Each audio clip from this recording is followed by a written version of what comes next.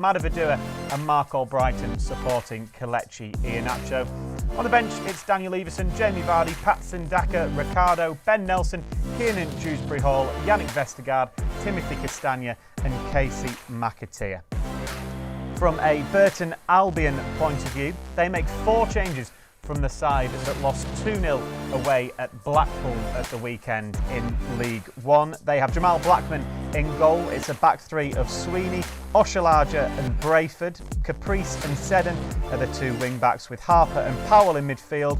Camwa, Helm and new signing Stockton lead the line for Burton this evening. We'll get on to those a little bit later. We'll also talk about that breaking Leicester team news as well. But let's introduce our guests this evening then. Firstly, Sophie Howard. Sophie, it's fantastic to have you along. Are you excited to be here to make your Matchday Live debut? Yes, thanks for having me. I'm very excited actually. I'm very excited to have some good football chats really.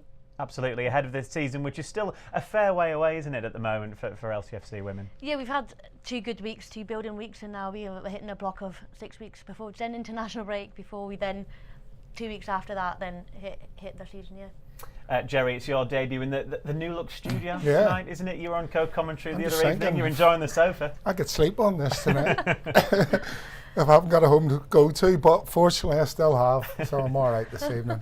But yeah, very comfy. And finally, you and Robert's looking very comfy at home down in Norfolk after your dentist appointment today, Ewan, which means you can't be with us today.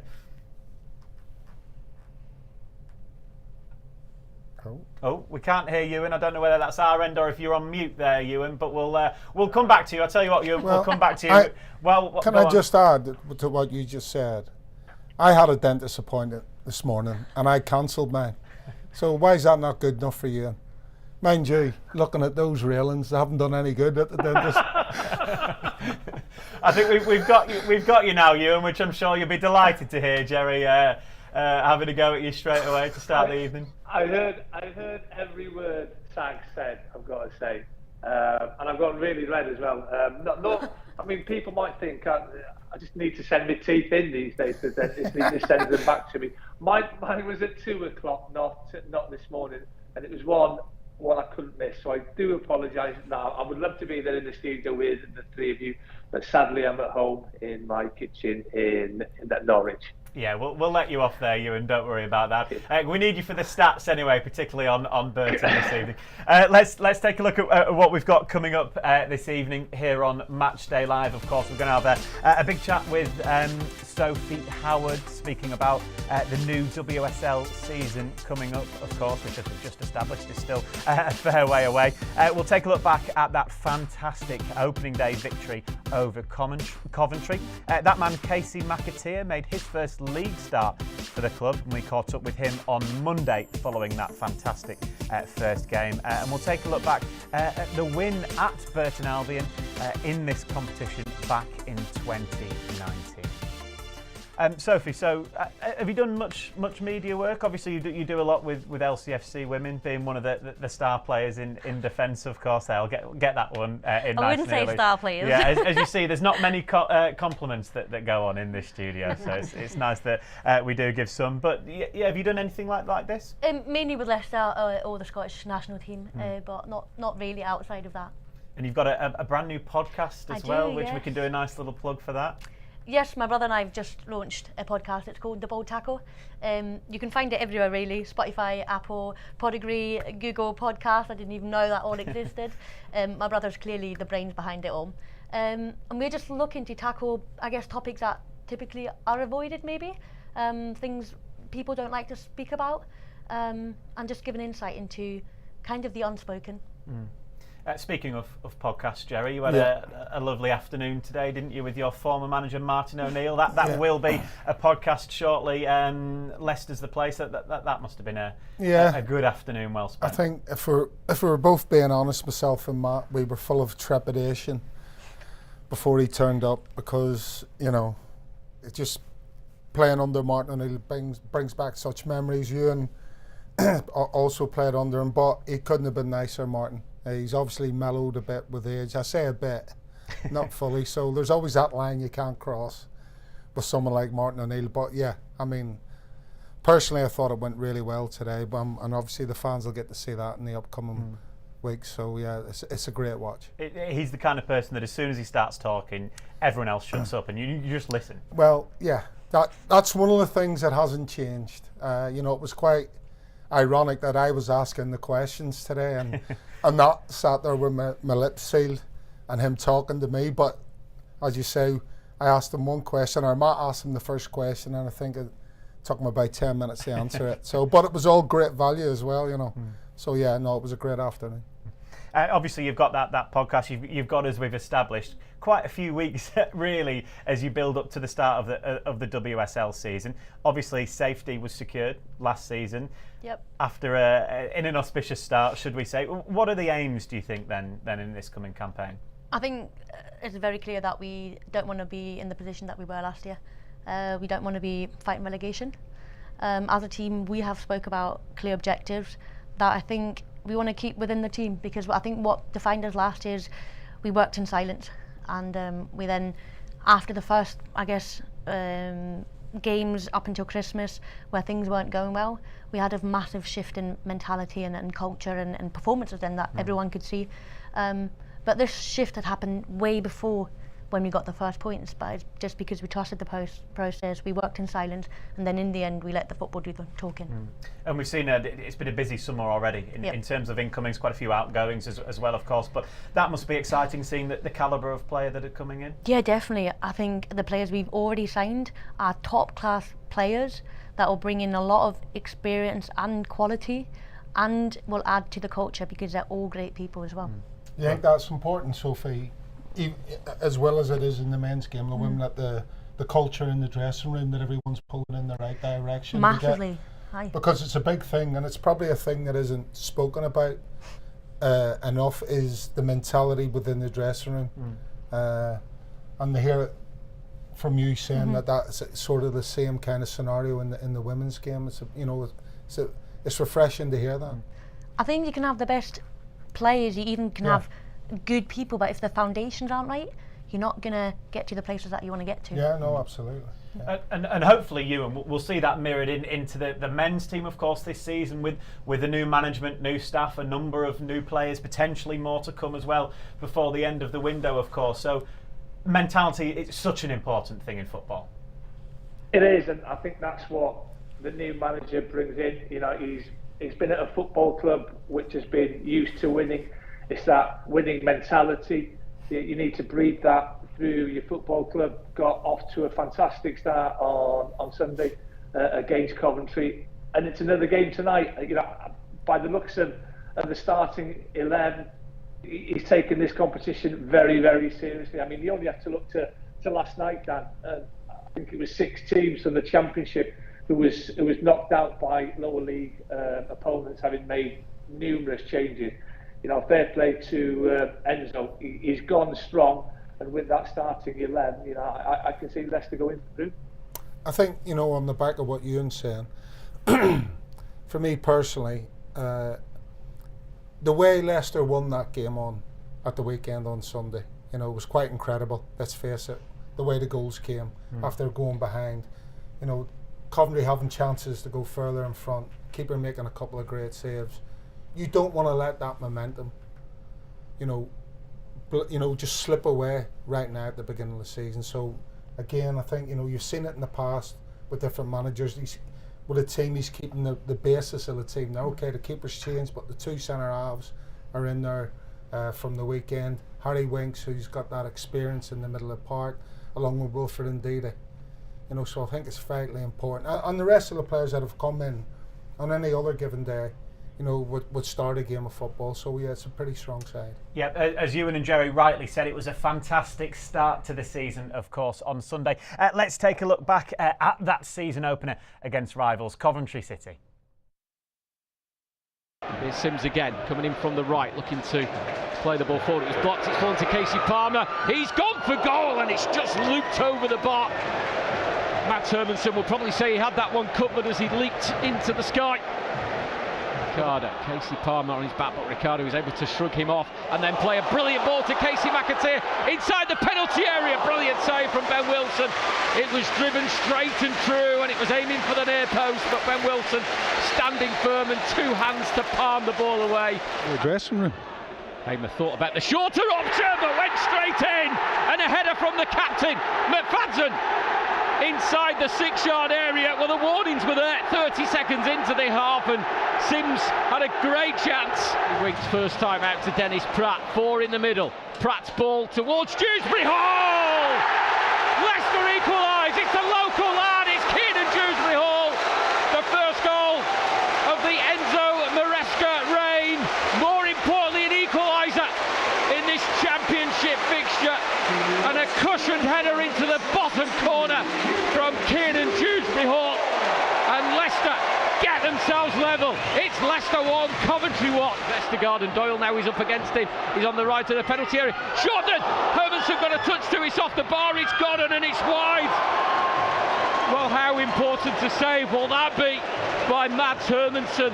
The pace and power of the substitute has you right. Got in clear, as close down by McFadden. It's Mavadidi on the left side of the penalty. Dennis Dewsbury Hall, who fires in a second for him and a second for Leicester City. A left foot shot that is arrowed into the top right hand corner, and from one goal down, Leicester have turned it around late in the game to clinch a second goal and a goal advantage on the opening day of the championship season. Well, it really was, as John said there, Jerry, a fantastic start to the season, wasn't it? And as you said just before we saw that there, the way it happened, obviously going behind, about 15 minutes to go when really they thanks to one man, turned it around. Yeah, you know, it's the first game of the season. It's never easy, but you're up against a local rival, the M69 Derby, they call it, don't they? Against a good team that got beat in the playoff final. So it was always going to be a tough game. Yes, there's some things that we could pick up on defensively or stuff like that, but I think because it's the first game of the season, I think you just got to let that ride. The most important thing was getting off the start that Leicester did, and the 2 finishes from Dewsbury Hall were exquisite. I know his left foot into the top corner is a great finish, but for me the header is just pure textbook, and I say I'm not sure how good or how renowned he is for his heading, but the big guy on the screen there, he'd have been absolutely cock-a-hoot with a finish like that. Textbook. Yeah, you said while we were watching the goals, Sophie, just how good this strike in particular. We can go back to the header, but that is just fantastic. Just look at the numbers in front of him. There's so many players in front of him, and he just picks that corner. That's technically excellent, I think. He had to almost go around the defender, didn't he? Aye. Yeah, really good finish. And it summed up his performance, the afternoon he had, particularly in that second half. I think he had a great game. Yes, you say second half, but throughout the 90 minutes. I think all of them started a little bit slow. But that's almost to be expected. It's the first game of the season, and you just said maybe we'll ignore maybe or let it slip, but it's absolutely natural that it's not going to be perfect. You can see there's a clear game plan, there's a vision for not only this game but probably a 3 or 5 year vision, and it's going to take time to implement. So I think as supporters and everyone watching, we just have to be patient, because I think it's going to come to a breakthrough point where we will then see the magic unfold. But until then, we just have to be patient and let them do the hard work. Where do you think teams do start slow at times? Because it's something that managers in general, it's one of the last words you'll hear from a manager in the dressing room before you go out on a pitch. Start fast. But for some reason, it gets inside your head. For whatever reason, and you end up starting that little bit slower, whether you're trying to ease your way into the game, I don't know. And then if you look at the goal that Leicester did concede at the beginning of the second half, they started really slow, and it was only when they conceded that goal that they got themselves really going. I think sometimes you can have the intention of coming out hard and coming out fast, but the game happens up here, and sometimes there's some hesitation that players and myself as a player we're not even aware of. You probably can speak for yourself as well. We don't want to come out slow, but sometimes there's a hesitation. Exactly. It is a weird phenomenon. It has to be said, because as I say, it's not intentional, but sometimes it just happens that way. Could you argue maybe that new manager, few new players, Coventry had been together for a number of years, Ewan, that maybe had something to do with it on Sunday? I was just going to say that if you look, I think Mark Robbins has been there for what, 4, 5 seasons now, and yeah, there's been a bit of a turnover of players at Coventry in the summer, but Leicester City, it's a new era. You know, it's a new process. Sophie used the word patience there, and she's absolutely spot on. We are going to have to be patient. The new manager's only had a handful of games to get his process over to his players. You know, one pre-season game got called off, and these things, when there's a complete sort of change of style, change of formation, new ideas being implemented with the inverted right back, it takes time. It doesn't happen overnight, sadly. But there were positive signs. You know, I thought Leicester kept the ball better in the first half than they did in the second, but without really having that cutting edge in the final third. Only really created that one real chance for Kasey McAteer, which was well saved by the goalkeeper. But when you look at where both clubs, yes, I know Leicester have been in the Premier League for the past 7-8 seasons, but Coventry have been a solid Championship team now for 2 or 3 seasons. They came close to reaching the playoffs a couple of seasons ago, got to the playoff final last season. They're a good side, a very good side under Mark Robbins. And I knew it would, when I saw the fixtures coming out in June, and I saw Leicester Coventry and everything that brings with the local derby, and I knew what a good side Coventry were. It was going to be a test. It was, and that's what it was. It was a real test to Leicester City, but one that they were up for the challenge. Went a goal behind, heads didn't drop, showed the character that you need to win promotion from the Championship. Yeah, and you know, when you've got a new manager coming in with new ideas and a new system, and let's face it, this new way he wants to play is, apart from 3 or 4 clubs in the Premier League, it's pretty alien to almost everybody. How long would you expect it would take to see a fully fluid, operational Leicester City, going on the rampage? I mean, looking at the style of play, and I'm looking at how Leicester tried to play under Brendan, and it was similar, to be fair. It was all sort of possession based. I don't think we had the new ideas that Enzo's brought in, which he's obviously sort of picked up from Pep Guardiola. But I would think, they will be working for hours on this. They'll be doing shadow play, pattern of play, 11v11, just to get things into players, into their mindset, so it becomes second nature for them. What the answer to that, I don't know. I would guess maybe 10 to 15 games, maybe a bit longer. It's one of those that we'll just have to wait and see. I think you mentioned the possession game we had under Brendan, but I think the big possession game we saw against Coventry is completely different. Yes, we're circulating the ball, but with purpose. There's no point in circulating the ball if we don't ever look to penetrate. We won't score goals. But I think what was actually fascinating to see is we're circulating the ball and we're waiting for the right moment to penetrate, and then not circulate again. We penetrate, and then we create chances. I think it's a very different game of possession. Oh, He's agreeing. He's just agreeing. No, I would agree to a certain extent, absolutely. But that first half, I thought we did move the ball well first half. And the second half, I thought Coventry were the better side. I just would have liked to have seen a bit more creativity. I think, as I said, in that first 45 minutes, we had plenty of the possession, but just that one real shot from Kasey McAteer on Ben Wilson's goal. I think Ben Wilson had quite a comfortable first half, in all honesty, and it wasn't until that man there got hold of the game by the scruff of the neck, and he's got that in his locker.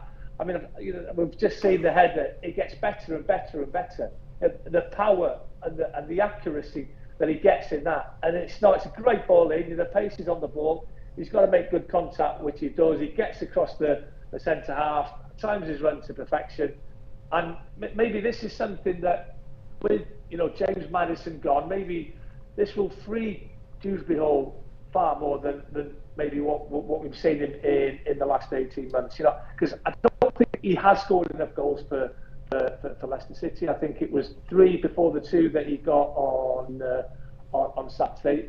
Now he's not in maybe the shadows or the shadow of James Maddison. we'll see far more of that from Dewsbury Hall this season. I mean, you two obviously have Jerry, an ex-defender, yourself a current defender. Sorry to remind you of that one, Jerry. How annoyed, I guess, would you have been if someone, because he's not the tallest, is he? Kiernan Dewsbury Hall came in and headed it in like that. But actually, that was all about the ball in. There was very little the defenders could have done in that position. Yeah, I think he just got his timing absolutely right. Often when we know it from probably defending headers more, but if you go and attack the ball, if you get the timing right, you actually don't need that much power. You just need to get the timing and probably like the contact right to direct the ball, and that's an excellent execution of a header. I think also as well, you know, when you talk about the pace on the cross, we've seen some crosses where there's too much height on them, not enough pace. The ball from Dennis Pratt is excellent. And if you look at Dewsbury Hall, he knows where that gap is in between the two centre halves. And the centre half tries his hardest to come and engage with Dewsbury. Well, he is putting them under pressure somewhat, but because the pace on the ball is so good, he hasn't got enough time to get across. And Dewsbury Hall spotted that gap, made that little 3-4 yard run into it. As you say, even if the centre half does get across, because he's had that run, he's got that extra height with the leap, and bang. So two things just came together at the right time there. One, the pace on the cross, Dewsbury Hall spotting the gap and making it his. Yeah, it was a fantastic performance from Academy graduate Kiernan Dewsbury Hall. It was fellow Academy graduate Kasey McAteer, though, that made his first league start for the club. And on the Monday, following that game on Sunday, we caught up with him to chat about his debut and his hopes for the season. You get that sort of butterfly feeling, obviously being here for so long, and I've been here, you know, since the age of 8. I've loved every day I've been in here, and to be finally given the opportunity in the first team is what every kid dreams of, really. And obviously the history of the club it speaks for itself. So I think every team will be given a bit more to beat us, but we've just got to stand up to the task and do what we do, and hopefully we get the wins that we need. Kasey, then, Sunday, what an amazing day that was. Yeah, absolutely. Just to get the win, the first game of the season, obviously to get my first start in the league as well. It was a great day. I thought the boys showed a lot of fight, coming from 1-0 down. Obviously 2 great goals from Kiernan, and overall we're just buzzing to get the first win. What was the mood like in the dressing room at full time? Did it match the crowd in that last 15 minutes? Yeah, it was very happy dressing room at the full time whistle. Obviously the fans were up, we were up. Obviously to get 2 goals so late on as well in the game. Had a massive lift in the dressing room after the game. So yeah, we're creating that winning environment now, and just need to keep building on that now. Yeah, to start the season like that in the first game, to get a victory against a team that nearly got promoted, of course, last season, must have felt really, really good. Yeah, definitely. It's like the gaffer says, they're literally like a kick away from the Premier League last season, and they've been together for quite a while now, whereas we've all been together for like 6 odd weeks in pre-season with the new gaffer and the staff. So yeah, it definitely felt good to get that win, obviously with it being a derby as well, the M69 derby. So no, great feeling to get the win. And from you personally, obviously your first league start for the club, how did you feel? You must have been so proud. Yeah, I was absolutely buzzing when the gaffer told me I was starting. You know, you get that sort of butterfly feeling, obviously being here for so long, and him showing his faith in me to start the game was honestly a great feeling, and I'll never forget that feeling.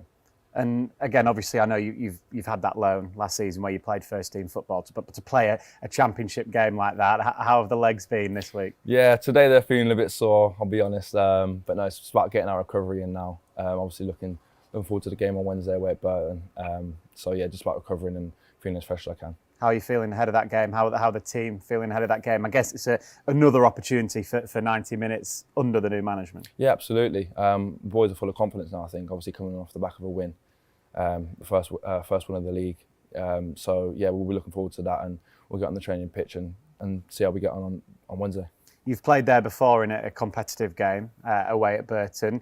What are your experiences of it? The crowd can really get behind the home side. Yeah, there. Definitely. It's not the biggest of grounds, so the crowd do get behind the team a lot. So yeah, we'll be expecting a tough game, like every game will be this season.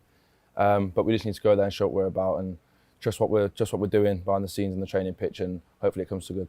I guess for any game this season, Leicester will have a bit of a target on their heads, being the team that have just been relegated from the Premier League. Obviously now you're playing against a side in the league below. Again, every team will want to beat Leicester and prove a point. Yeah, definitely. That's what's been said around pre-season. Every team's going to want to give that bit more to beat us. Obviously we've just been relegated from the Premier League, so, and obviously the history of the club it speaks for itself. So I think every team will be giving a bit more to beat us, but we've just got to stand up to the task and do what we do, and hopefully we get the wins that we need.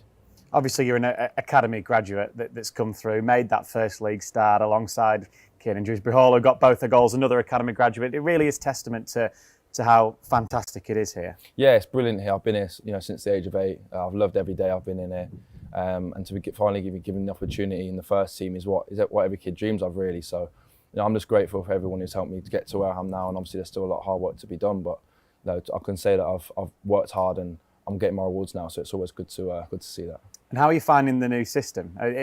It's pretty much new for every single player, really. Yeah, from day one of pre-season, it was a new system that Enzo and the staff brought in. So it's been hard to get to grips of, but I feel like all the boys are starting to get up to speed with it now, and every day we're doing it. So we're starting to learn very quickly. It's sort of being enforced into us now, and it's becoming natural. So I'm sure as time goes on, it will be built into us more and more and more, and then we'll start to see more results come our way. That was Kasey McAteer there speaking after his first league start for the club. How did you find his league debut, Sophie? I think solid performance. He didn't look out of place at all. Could he potentially have gone forward more instead of playing safety passes? Yeah. But we can't forget it's his Is that first because league it's his first start? Exactly, first league start, first game of the season, and they're still getting used to this new style of play. Absolutely normal, I think. Yeah, I think when you look at Kasey and the manager says he's playing, he's looking around the dressing room. You've got players like Dennis Pratt, Mark Albrighton, one or two others with way more experience than he's got, and he's playing. I mean, his Saturday night sleep might have been a little bit jaded, shall we say. So yeah, listen, Sophie said, good, solid performance. You can't expect too much from a young lad on his debut at home against a good quality championship side, but he will learn. He will have that game shown back to him. He will analyse it. The manager will analyse it. Coaches will. And it will do him the world of good moving forward. Yeah, he went out on tour, of course, Ewan, to Bangkok and Singapore with the squad, and clearly in those intense training sessions he impressed, and he played 90 minutes against Liverpool in the friendly in Singapore, and obviously got pretty much 90 minutes again at the weekend. Well, he must be absolutely buzzing, because the manager has shown all the faith in the world in him, in giving him the shirt for the opening day of the season, and time to mention a couple of names there. I think that says how high Enzo Maresca holds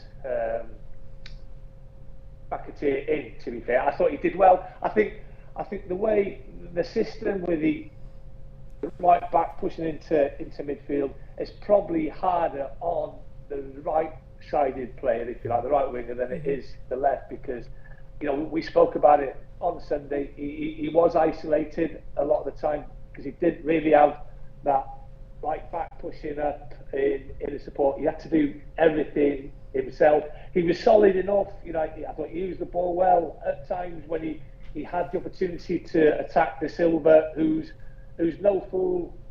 De Silva, signed from Bristol City. He's played hundreds of games at this level, so it was always going to be a baptism of fire, if you like. But I thought he coped admirably. He can be very, very. Did his defensive duties as well, Dan, to be fair, and that isn't something that comes naturally to a young player, if you like. But he got back in support of Ricardo.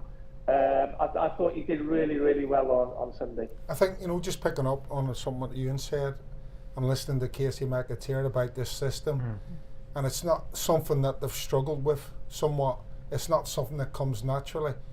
And normally, if you ask any of the three of us, a manager comes in, a new system, within a week or two, you've got it, because you've probably played most of them throughout your career, whether that's at senior level or junior level.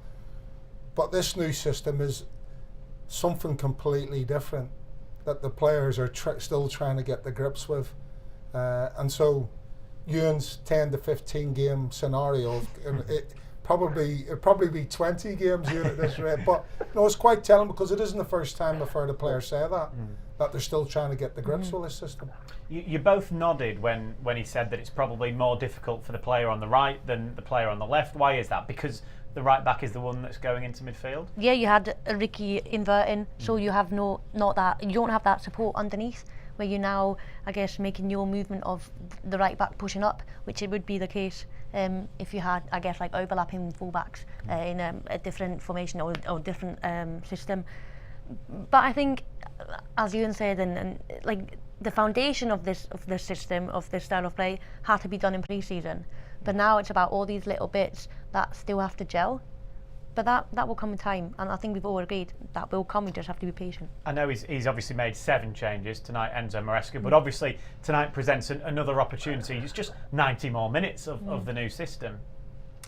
Yes, I think cup games are there for rotation, and also you have a squad, you don't have 11. You have a squad, and you need to use your squad. And if you want everyone to get used to that system, you have to use everyone. But it's finding the balance between rotation and also keeping kind of a spine or a foundation of players. You've got Harry Winks in there that's going to be pulling the strings, because that's what he did at the weekend. He's got this job of demanding the midfield, or demanding the ball in midfield, and he's kept him in there. As you said, he's kept the 2 centre backs. Obviously they've shifted across a bit, but you need to keep that, you need to keep that spine as well, to make sure it all still is fluid. And also you've got young MATCHDAY in there as well. He was a big part of the pre-season as well, so it's a good opportunity to get it, because he is an exciting talent, Marcel MATCHDAY. So it'll be a good opportunity for Enzo and the rest of the staff to get a look at him this evening. Yep, that's 7 changes, as we've just seen on the screen there for Leicester City. From a host's point of view, Burton Albion make 4 changes this evening to the side that lost to Blackpool at the weekend. Let's hear now from Colston Crawford from Derbyshire Live, who talks us through how they'll be feeling at the start of this new season.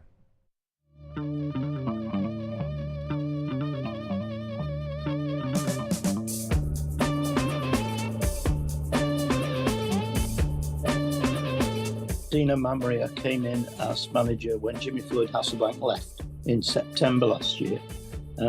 He made a lot of changes in the January window, which he accepted was a gamble, and the gamble paid off. He got them off the bottom of the table, respectable finish in the end. I think top 7 form in the last 20 games, which is a statistic he's very fond of. He's also then had to do another rebuild in the summer, because quite a few of those players were loans. We had a number of contracts up and 1 or 2 moved on. So 10 new players who've got to gel. He's shown that you can do that before. But interestingly now, about 10 or 11 of last season's squad stayed, those who were under contract, and 3 who were out of contract have re-signed. So I think he's got a good mix of the existing players and the new players. But there's always the question of how long gelling takes with in those situations.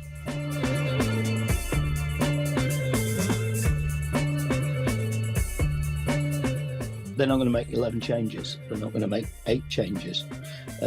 So it'll be close to the strongest team he can put out, because it's important for him to keep. He's only had 1 match now with the new players in the squad, so it'll be important to keep moving things forward like that, regardless of the opposition or the competition.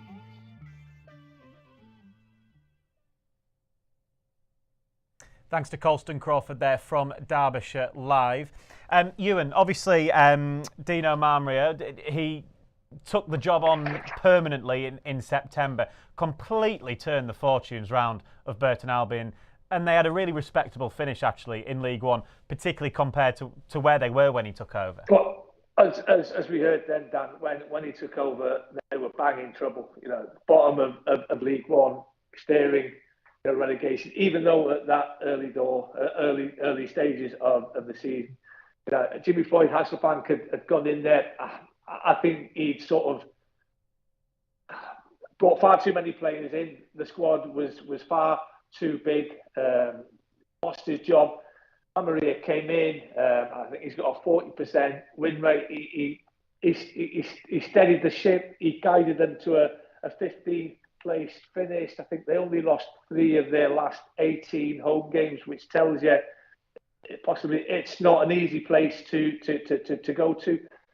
On a negative side for Burton, only Forest Green, who finished rock bottom, who finished 24th in League One, only they had a worse defensive record. So I think there's goals to be got at there for Leicester City tonight. You know, they've gone out in the opening round in their last 2 seasons. You know, he lost his top scorer as well in January, who signed for Bolton. Obviously, he's been able to bring Cole Stockton in, who had a decent season at Morecambe last season. And they've got a massive game coming up at the weekend where they've got a local derby coming to town. So maybe they've got one eye, or maybe the coach has got one eye on that as well. But particularly hearing what Ewan was saying about the defensive record last season, that'll be something that the likes of Kelechi Iheanacho will be looking at tonight, Sophie. Even Wilfred Ndidi in that more advanced midfield role will be thinking a good opportunity to get a couple of goals, get on the score sheet, build some confidence. Absolutely. I think the boys know that Burton's going to go out and try and cause a cup upset. Fully aware of that. But that's not a secret. But they're going to go out and try and score goals, score them early, and just start the game right. Yeah, I think again it's a good opportunity for Kelechi. Come on Sunday. Look good. Look really good. Held the ball up really well. Brought all their players into the game. So it's a really good opportunity for him tonight to, you know, put himself in the shop window, so to speak, even though he's not in the shop window. To his own manager, effectively. To his own manager, yeah, because, you know, that's the competition that the club have with the 3 centre forwards at the club. So, and regards Burton, you know, Ewan's mentioned they've got a big game against Derby. They were. I'm not sure they were well beaten, but you know they were beaten by a good Blackpool team who have just come down. So it was never going to be an easy game against Blackpool, with my fellow countryman bagging a brace for Blackpool. So they will use this game to try and get their season up and running, you know, because of this big game coming up against the Derby at the weekend. And they have only made 4 changes as well. We heard from the reporter that would probably be the case, really due to squad size and getting them to gel again at the start of the season. Yeah, I think I mentioned it earlier, but you need to find the balance between rotation, but also continuing to build on what they've already built, and also, as Jerry mentioned, they've got a massive game against Derby. When you know you've got a huge game coming up and there's a game a few days before, how much of your brain is, as much as you don't want to admit that maybe you're looking ahead, how much of it is? As a player, I don't think it should play a role. As a manager, you have to now make the decision which player you want to play, which player maybe should get reduced minutes. But as a player, for me, I don't think that should affect how you go into a game. Particularly if you're playing and you're maybe shirking out of challenges, that's the last thing that you want to be doing. I think for the manager, it just creates more questions than answers. It's as simple as that, you know, on a game-by-game basis. And for even for Enzo tonight, you know, he'll be expecting his team to go out there, put in a good, solid performance, continue on this path that they're going down, and, you know, see some rewards for it this evening. And if he doesn't see that, you know, it just creates question marks on top of the head. I've spoke about it before. Every player on the pitch has got a question mark on top of their head, and the smaller that question mark gets, it means the manager is showing more and more trust in you, and the same for, you know, a team like Burton Albion. The longer they go without a win or some sort of result, or creating chances or threatening to score goals, then the question marks get bigger and wider and the headaches start as a manager and for the coaching staff. Yeah, we heard again from you that Burton Albion have a pretty good home record. It's a very tightly packed in crowd, a tightly packed in press box as well, which I'm sure Jerry's pleased to hear that Matt Elliott will be squeezed in there. How are you getting on over there? What's it like, Matt? Tight, very tight, Daniel. Squeeze being the operative word, but that's nothing unusual for me, I'm afraid. But yeah, listen, people know the layout of the stadium here, know the atmosphere that it creates. It's slowly building, as is always the case. Well, we've got 20 minutes to kick off, a little bit of a buzz arising. But yeah, for many different reasons that you guys have been discussing, people looking forward to this game. Yeah, but what do you think the mindset will be from Enzo Maresca? I think it'll be a combination of things. as you've been saying back there in the studio there, just talking to Niall, the commentator for tonight's game, he asked me a pretty similar question actually. What do you think Enzo Maresca wants out tonight? First and foremost, yes, you want to win, but with him more so than maybe other managers, it's about how they go about the business, get the win as well. Okay, yes, that's ideal, but he won't be happy if they win 2-0 and don't start sort of adhering or showing signs of playing the way that he wants them to going forward, albeit with a changed team, a very strong one as well, I might add, with multiple changes, but pretty impressive, isn't it, for a club in the Championship division who are able to make that amount of changes and produce a team like this in this competition. But I found it quite interesting on Sunday that he said he was happier with the first half than he was the second, that he drew the first and won the second, so that tells you a little bit of his train of thought and how he thinks about the game. It's not just out and out results, there's a theory behind it and he wants the players to develop that, and I think that's the right way. It's just getting that blend, isn't it, of a little bit of everything in an ideal world. Matt, you look at the bench for Leicester and it's pretty top heavy, isn't it, to be fair? He's kept a few of the big guns on the bench. Yeah. Do you think if things are going well that he'd sort of resist sticking them on, or you think he'll rotate the team tonight as much as he can if things are still going well, never mind if they're not?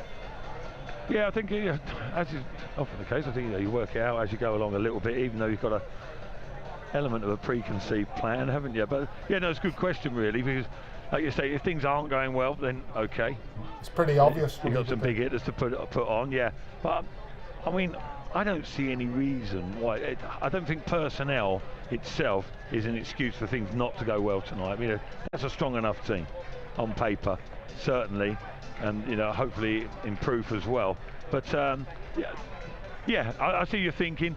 I mean, he may well chop and change it round because players are going to be utilised throughout the season. But I think in this early part of the season, big game coming up the weekend, if he can rest Jamie Vardy for the entirety, then great stuff. And I think he'll be looking to do that. And just saying earlier about trying to get the early goals, that's in a perfect world. Very rarely do things properly go to plan. Burton are going to be up for this as well. So it's a big occasion for them. But the players have got to steel themselves, prepare themselves. There's some fine players in that starting 11 who didn't get a game at the weekend or very little minutes.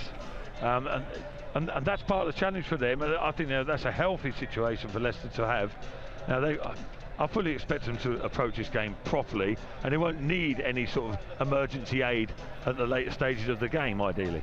Yeah, it's 7 changes. Thank you very much, Matt. We'll check back in with you just before kick-off. You're on co-commentary duty for us this evening. Yes, 7 changes for Enzo Maresca this evening. Let's see how the Foxes are lining up then tonight. One of the changes is in goal. Jakub Stolarczyk comes in. It's James Justin, Doyle, Fass and Chowdhury across the back 4, with Winks, Ndidi and Pratt in midfield, and Marcel Madavidua and Mark Albrighton supporting Kelechi Iheanacho, who gets the nod up front. And from a Burton Albion point of view, 4 changes for them. They've got Blackman in goal, Sweeney, Oshalaja and Brayford across the back 3, with Seddon and Caprice the wing backs, Harper and Powell in midfield, with Kamwa and Helm either side of their summer signing Stockton. Of course, this isn't the first time that these sides have met in this competition. Even in recent seasons, it was just back in 2019 as the Foxes made it all the way to the semi-finals of the competition that year. They met Burton Albion and were comfortable winners. Good play by Damari Gray, who's released Yuri Tillemans, who is onside left side. Plays it first time to Iheanacho, and Leicester City have a lead at the Pirelli Stadium. What a brilliant move it was. Excellent football, and Iheanacho there to apply the finishing touch, but Damari Gray got the move started on the far side. Some wonderful skill. Damari Gray, an interception just inside the Burton half, down the right side. Here come Leicester again, and it's pulled back towards Tillemans, and that's number 2. Teed up by Dennis Pratt, his low ball towards Tillemans, close to the penalty spot, right-footed, places the ball into the bottom corner. O'Hara has no chance. Leicester lead 2-0, and you must fancy now they are heading to the quarter-finals once again. Tafara in the centre of midfield, Creative player, but Gray might create something for Leicester late in the game. Maddison seals it for the Foxes, and a quarter-final tie awaits Leicester City. Damari Gray down the right-hand side has pulled it back for the substitute, James Maddison, on the score sheet again. 4 goals in his last 5 games. And late in the day, the Foxes get the third and most crucial goal in this cup tie. Well, a similarly comfortable evening, Sophie, would go a long way this evening, wouldn't it, I think? Yeah, I would take that result. I think it's very interesting to watch them goals because all 4 goals came through breakthrough on the wing, cut-back goal. Yeah. And that's exactly how they want to play now. Exactly, no spectacular finishes, just good control finishes. Goal. What's the key, Ewan, when you're playing a side, particularly in the division below, away from home? How do you silence that crowd early on? I think it's all down to attitude. They won't be prepared. The head coach would have prepared them, 100% to go out and perform and implement his philosophy, the way he wants to play. And I think that's the most important thing. The result's always important, and we know that. You always want to win the game. But if you get the performance right, I think 99 times out of 100, the result takes care of itself.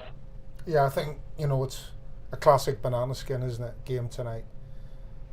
And it's up to the manager, along with his staff, to set the tone, i.e. mentally, and obviously the way they want to play. So, and then it's down to the players to go out and carry that out. So I can't see Enzo Maresca taking his foot off the gas anytime soon with this lot. So he will expect the players to go out and put in a performance, a la like you've seen against Coventry, first game of the season. That's the way you have to carry on. That's what I see from that man himself. All about building that momentum. Absolutely, and as we spoke about it earlier, that the way you won that game on Sunday, you don't want to just flush all that down the toilet on a Wednesday night at Burton because the players aren't up for it, or haven't been given the right information, or we're not this, that, and the other didn't happen. That shouldn't happen this evening. There's no excuses for that. I think what has to happen tonight is that we get this best defence right. If we get the organisation behind the ball, even when we're in possession, if we get that right and stop the counter-attacks at the source, I think it could be quite a comfortable evening. Otherwise it can get quite tricky. We saw at the weekend, that's when Coventry created chances. We looked all over the shot at times when they transitioned quickly. We just need to make sure we get that right, and then it will be an enjoyable game to watch. That's the voice there of LCFC women defender Sophie Howard, our special guest this evening. Thank you for coming along. We'll hear from you guys again at half-time as well as full-time, where hopefully we'll be talking about Leicester City making it through to the next round of the Carabao Cup. We've got the small matter of the game though. We've got full match commentary as ever for you with Niall McCorn and Matt Elliott at the Pirelli Stadium. So do stay with us for full match commentary.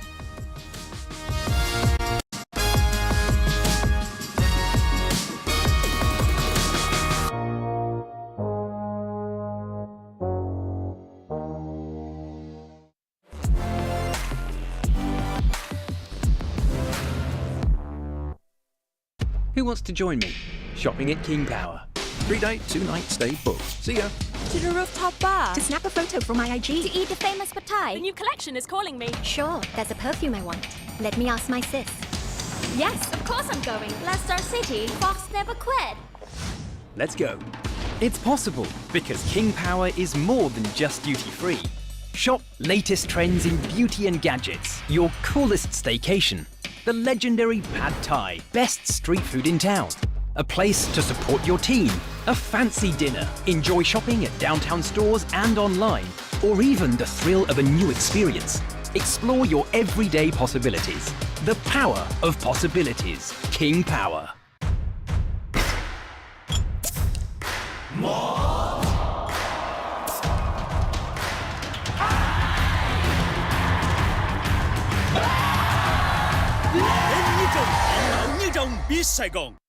Lamiat is the belief that perfection lies within the details, where the finest ingredients deserve the finest craftsmanship.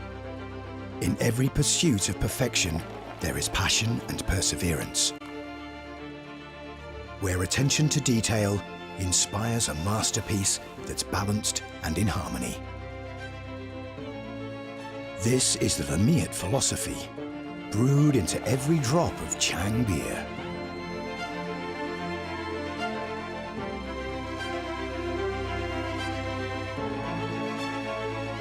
This is the taste of Thai perfection. Chang beer. We brew friendship. Our lives move quickly. They're journeys of many choices. Journeys within which we each take our own turns for our own reasons. Trading is no different. Doing your thing, showing off your skills, changing the result for yourself. It's easy when you know how. With its financial services, FBS makes trading simple from anywhere, on any device, putting knowledge and tools in your hands, so that whether you have a lot of time or only a little, and whether you're doing it just for yourself today or for someone else's tomorrow, your ability will shine through. Wherever you want your trading journey to take you, it begins with FBS. FBS. Make your own way.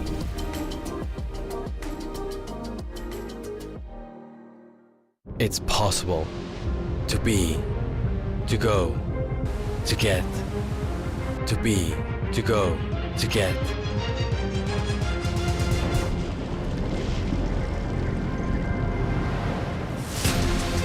Dining, traveling, shopping, chilling, vacationing, cheering. Everything is possible every day. The power of possibilities. King Power.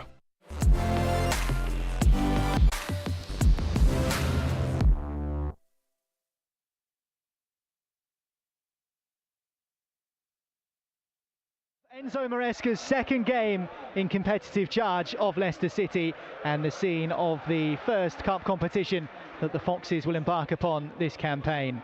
Well, it has that big game feeling around these parts. Just 40 miles between Leicester City and Burton Albion, but two completely different sized clubs. Still a few yet to make their way into the terraces here at the Pirelli Stadium. Just under 7,000 expected in, and a large chunk of that 7,000 will be made up by the travelling Blue Army, who are absolutely packed in that away end. Old school terracing behind the goal, nice and close to the pitch, away to our right, and also sat to my right, someone who knows a thing or two about winning this competition. Matty Elliott is alongside me. Not just Matty's here, but we've got Matty Fright in front of us. We've got Wes Morgan, Martin O'Neill's here. Everyone's here to see how Enzo Maresca's Foxes will do tonight. Yeah, it's all happening tonight, Niall, that's for sure. Smallish crowd, such as the stadium, and yet to be a capacity, as you mentioned, but lively enough, that's for sure. But yeah, lovely to see Martin down there pitch side. As listeners earlier might have heard, myself and Jerry had the pleasure of interviewing him, weird as that sounds, and twice in one day. I am honoured, but hopefully the game serves up a special treat of its own, and I've got a feeling it's going to be an exciting encounter this evening. Oh, we're just waiting for the players to emerge from the tunnel here at Pirelli Stadium. 7 changes made by Enzo Maresca from the weekend's victory over Coventry. Couldn't have asked for a better start really than to pick up 3 points, and the manner that Leicester picked up that victory in coming from behind certainly pleased the manager, but it will please him more if he can make it 2 from 2, Matt. Yeah, of course. I think that was one aspect of the game on Sunday that he will be hugely infused by, really, to see the spirit of the players, because it's all well and good, you know, being tactically and technically prepared. Of course, that's important, but the character of the players, of the squad, needs to come to the fore as well. And I think, you know, to a degree, you saw that, and the Dewsbury Hall, okay, takes the plaudits, rightly so, but they weren't overly perturbed. Yeah, they were a little bit unsettled by conceding, as any team is at home, and obviously the memories of last season, you know, are still relatively fresh, but they reacted pretty well, I thought. Didn't let themselves get too ruffled by conceding that goal, and went on to win the game. And plenty to work on. I think that was quite evident, but plenty to be encouraged by. Yeah, it's not going to happen straight away. I think that's the important thing, isn't it? And even though it's a cup game tonight against lower league opposition, it is an opportunity to try and drill that system and that philosophy into these players who are still going to take some time to adapt. Yeah, it's an extension of that development process, isn't it? I think, but you've got to do it alongside getting results as well, which obviously helps the cause all round. I thought it was going to be a tough game against Coventry, proved to be the case. Absolutely delighted to get the 3 points. The manager will be slightly relieved as well, I think. But tonight as well, the end game is obviously qualified for the next round. We'll be looking in what style that Leicester do it. One game, one win. The Enzo Maresca era at Leicester City got off to a great start at the weekend, but you get the feeling that that was just the start of what might be to come this season. But the work has only just begun, and you expect a different sort of challenge in store tonight as City kick off their Carabao Cup campaign. No room to slack off as far as the Foxes are concerned, because Burton will be bang up for this cup tie. Just 40 miles separates the two sides, but on the pitch there's a whole division between them. The Foxes firm favourites to win. Everyone here expectant that it will be round 2 for Leicester City. Well, let's go through the two starting lineups then, starting with today's hosts, Burton Albion. 4 changes from their game at the weekend. They lost their League One opener 2-0 to Blackpool. A couple of mistakes actually from former Leicester man Sam Hughes, who drops out of the side. It's Jamal Blackman in goal, Brayford, Oshilaja and Sweeney as a back 3, Caprice, Powell, Helm, Harper and Seddon across the middle, with Cole Stockton and Bobby Camwa up front. As for Leicester City, 7 changes from that victory over Coventry on Sunday. In for his first start in the first team for Leicester City is goalkeeper Jakub Stolicic. James Justin is back, great to see him in the starting 11 as well. Hamza Chowdhury is in, he'll play as a right back. Dennis Pratt came off the bench against Coventry and made an impact, assisting Kiernan Dewsbury Hall for one of his 2 goals. Albrighton is in the side, so is Wanya Marcel Madavidua for his first ever first team start, and Kelechi Iheanacho will lead the line. So here's your Leicester side in full. Stolicic in goal, Justin and Chowdhury as left and right back respectively, Doyle and Fass in the centre, and Ndidi, Winks and Pratt in the midfield, with Marcel Madavidua and Albrighton either side of Kelechi Iheanacho. Well, tonight's referee is Gavin Ward, and we are almost ready to get underway as Leicester continue to keep themselves warm on what's been quite a warm afternoon, we have to say, here in Burton. The League One side have reasonable expectations for this season. They've made a number of new signings, and although they got off to a losing start in League One at the weekend, they are very firmly focusing on a top 10 finish in that division. As for Leicester, it's top 1, I think. That will be the aim, no doubt, for Enzo Maresca. And obviously a different type of atmosphere expected tonight, Matt Elliott, than what we saw on Sunday. Yeah, very much so. A different format, different entity altogether, really. Changing both sides, not wholesale from Burton's point of view. Just looking at Burton, not quite as sort of physically imposing as they have been in the past. I'm sure they'll be quite aggressive in their approach, but they're not full of giants even in the defensive department. So that'll be a slight sigh of relief from Leicester's point of view, who themselves have omitted a couple of the taller players. But straight away, Leicester on the ball, popping the ball around. Burton looking to close. Will Leicester be able to deal with it? Nice start from Ndidi. Yeah, rapid start from Leicester City. Ndidi in possession, a big switch from left to right. It's been collected by Albrighton, and now Pratt's in the